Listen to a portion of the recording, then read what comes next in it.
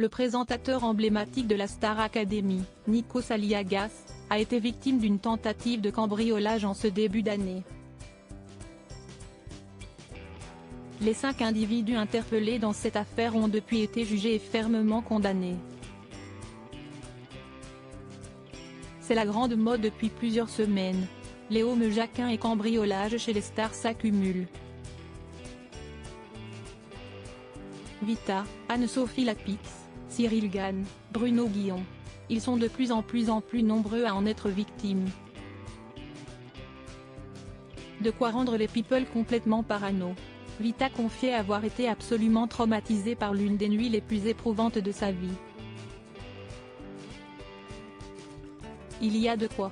Et récemment, c'est une personnalité, en ce moment particulièrement à l'affiche, qui a été visée. Dans la nuit du 1er janvier au mardi 2 janvier, c'est Nikos Aliagas, le présentateur de la Star Academy, qui a été visé par une tentative de cambriolage à son domicile de Fontenay-sous-Bois dans le Val-de-Marne. Le présentateur de 54 ans ne se trouvait pas sur les lieux au moment des faits, mais a eu une belle frayeur malgré tout. En effet, dans la nuit, 5 individus sont repérés par la BAC près de sa résidence. Une course-poursuite démarre ensuite jusqu'à ce que les cambrioleurs présumés soient rattrapés puis placés en garde à vue. Le mari de Tina Grigoriou est ensuite convoqué dans le cadre d'un dépôt de plainte. 1 à 2 années d'emprisonnement ferme si l'année n'avait pas très bien commencé pour Nikos Aliagas, le présentateur de la Star Academy a finalement eu le droit à sa justice.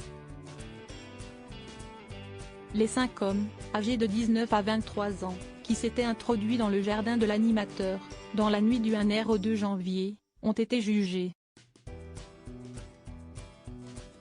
Selon les informations du Parisien, les 5 individus ont écopé d'une lourde peine.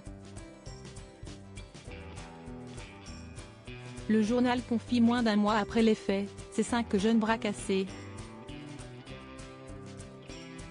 ont été condamnés mardi 30 janvier à des peines d'1 à 2 années d'emprisonnement ferme par le tribunal correctionnel du Val-de-Marne, à Créteil. Une nouvelle rassurante pour Nikos Aliagas qui vivait avec ses cambrioleurs toujours dans la nature. Seul regret dans cette affaire selon l'avocat Me Alexandre Lobry, il manque les commanditaires.